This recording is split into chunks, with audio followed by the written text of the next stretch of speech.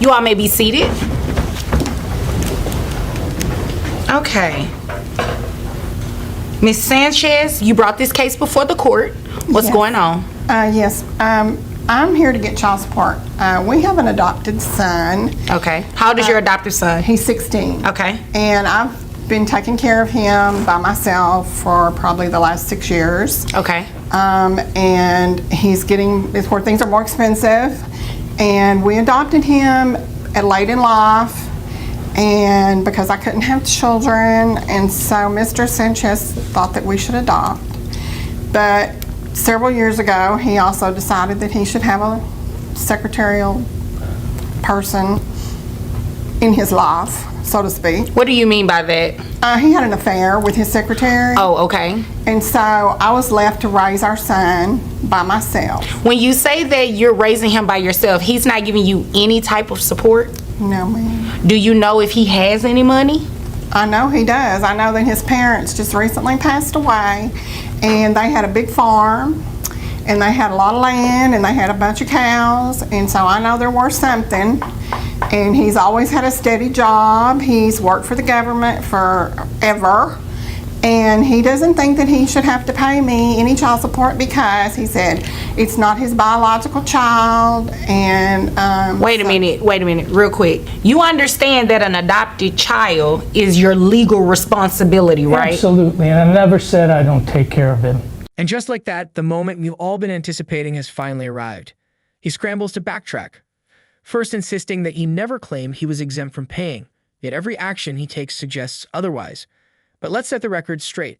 Under the law, adopting a child comes with the exact same legal responsibilities as having a biological one.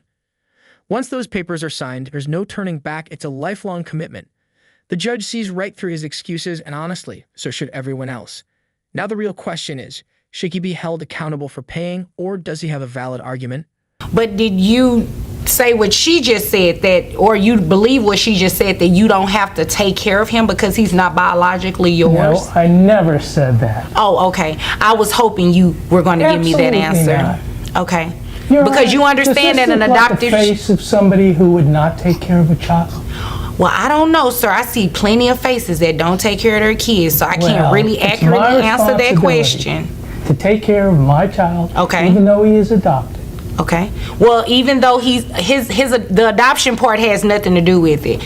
And from now on, don't call him adoptive son, okay? He's your son. That's correct. Legally adopted, your son. That's correct. Okay. Now, I'll be back to you in Yes. just one moment, Yes, okay? Your Honor. So, let's talk about this land and cattle and all of that. So, you said his parents are deceased. his parents died about a year ago, and he inherited a lot of land that's worth probably close to $200,000. Okay. And there's some cattle being run on there. 200,000. And you say he worked for the government? He does. He works for the government, Your Honor. So all of this money, and he hasn't given you anything?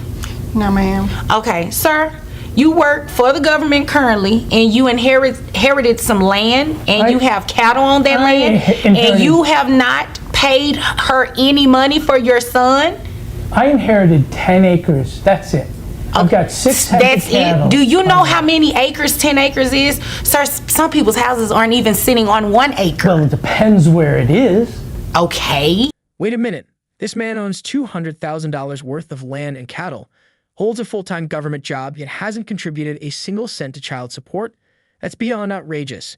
The judge is visibly frustrated, and honestly, who wouldn't be? He's sitting on a financial empire, yet still refuses to take responsibility for his own son. It's not a matter of ability. It's a matter of choice. So what do you think? Is he being completely unreasonable, or does he actually have some sort of justification? Drop your thoughts in the comments.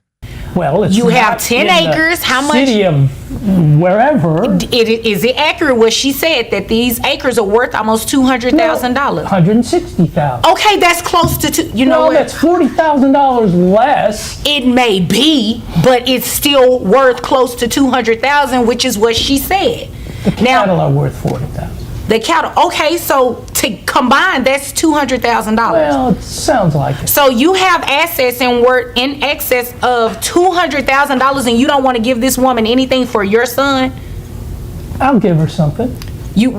Excuse me? You'll give her something? Yes, ma'am. No, I'm going to make sure that you give it to her on a consistent basis. I'm a caseworker. Okay. We make very little money as a case. You do cases all the time. Sir. I'm a caseworker. I deal with this all the time. Okay. The classic, I teach him a trade excuse. Sure, passing down knowledge is valuable, but let's be real. That doesn't cover school fees, sports gear, or health care. The law doesn't say raise your kid however you want as long as you teach him how to milk a cow. Financial support isn't optional. It's a legal and moral responsibility. And this judge, they're not here for the nonsense. Honestly, neither should any responsible parent be. Providing for your child isn't a favor. It's a duty.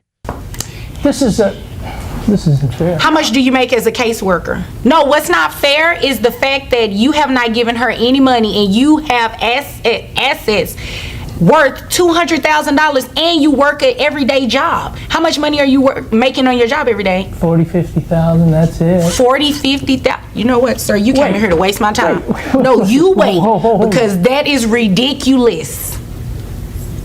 You're making a lot of money and you haven't given her anything.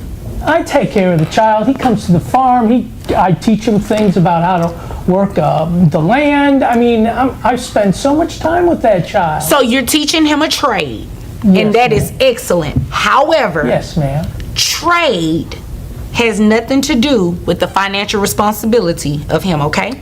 So what I'm going to do, because your assets, although they're not income producing per se, I can still base your child support off of that.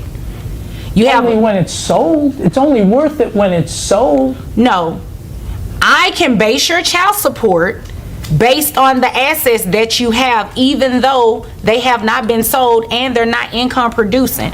So, because you have so much money, when you add together what you make yearly, along with your assets, what I can do is take a reasonable amount of that and calculate your child support, okay? Reasonable amount. Reasonable. I said, that's what I said. What do you consider reasonable? I thought I was the judge in asking the questions. Well- so I'm getting ready to tell you what I consider reasonable, okay? Yes, ma'am. Your Honor, our son is 16 and he is playing football in school. At this point, his excuses have completely run dry. He's already admitted that his son is nearing graduation, and with football expenses piling up, the financial strain is real. Yet, despite all of this, he continues to turn a blind eye and refuses to step up. Imagine knowing your child genuinely needs financial help and shrugging it off like, nah, he can just learn to bale hay. That's not parenting. That's neglect. The judge isn't buying it, and honestly, neither should anyone else. Raising a child isn't just about teaching skills. It's about ensuring they have the opportunities they deserve. It's clear the time for real consequences has arrived. And he has all these expenses, and I have asked Mr. Sanchez to please give us some money to buy the uniforms and for all these other expenses. And he's going to be coming up on graduation and Okay. all those expenses. And this man doesn't want to give me anything. That's the excuse I get all the time. Well, I take him to the farm, I teach him how to milk the cows, or I teach him how to bale the hay. Well, I'm sorry, but that's not paying for his football uniform. And I agree with that. What? It costs money to raise a child. This is a hearing aid. I have been dealing with this all my life with this woman.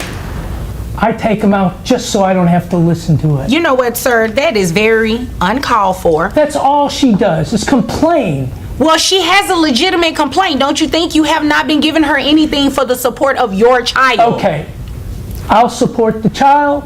Just leave me alone. Okay, she's getting ready to leave you alone right now because I'm getting ready to bother you with these numbers, okay? So what we're going to do is calculate your child support based on, you say you make about $50,000 as a case manager, right? Yes, ma'am. All right, so we're going to add that with that $40,000 worth of cattle that you have. Yes, ma'am. Okay, so they give you a gross of $90,000. This is a crucial wake-up call about child support law. Your financial obligations don't disappear just because your assets aren't generating cash. The law is clear. Both income and assets can be considered when determining payments. And that's exactly what this judge is doing, factoring in both salary and property to ensure fairness. You can't just hoard wealth, sit on valuable assets, and pretend to be broke. If you own land, livestock, or real estate, the court has every right to include those in the calculation. Financial responsibility isn't just about what's in your paycheck. It's about what you have. Trying to game the system, not going to work. yearly, I'm sorry, of $90,000. That's correct. I have your gross at $7,500, all right? Yes, ma'am. Brings your net to $5,834.63. You only have one child that's under the age of 18? Yes, ma'am. Okay, so who carries health insurance for the child?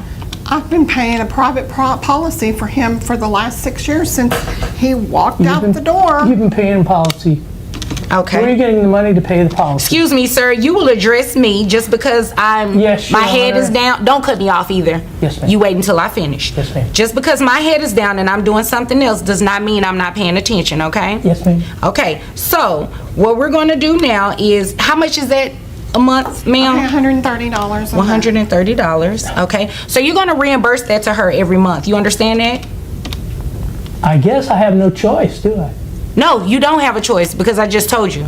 So, based on your child support, I have $1,166.93, plus you're going to reimburse that $130. That brings your child support obligation monthly to $1,296.93. So, since you're good at math, what does that leave me income for a year? Oh, let me check. Let's see. That would be good. Yeah, you know what? What's good? That $160,000 worth of 10 acres of land, that's what you're left with. Sell it, and then maybe you'll have some money. Any other questions?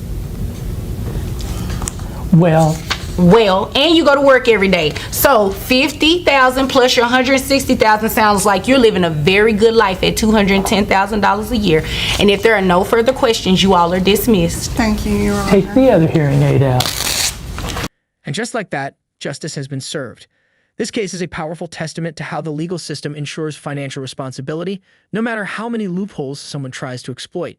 Some people think they can outmaneuver the law, but when it comes to child support, the system is designed to prioritize the child's well-being above all else. Let's be clear, these laws aren't about punishing parents. They exist to make sure children get the support they rightfully deserve. No amount of excuses, hidden assets, or dodging payments can erase that responsibility. If this case made you rethink the importance of accountability, make sure to hit that like button and drop your thoughts in the comments. And don't forget to subscribe for more shocking courtroom battles, because your comment might just spark the next case we dive into. Stay tuned, and we'll see you in the next one.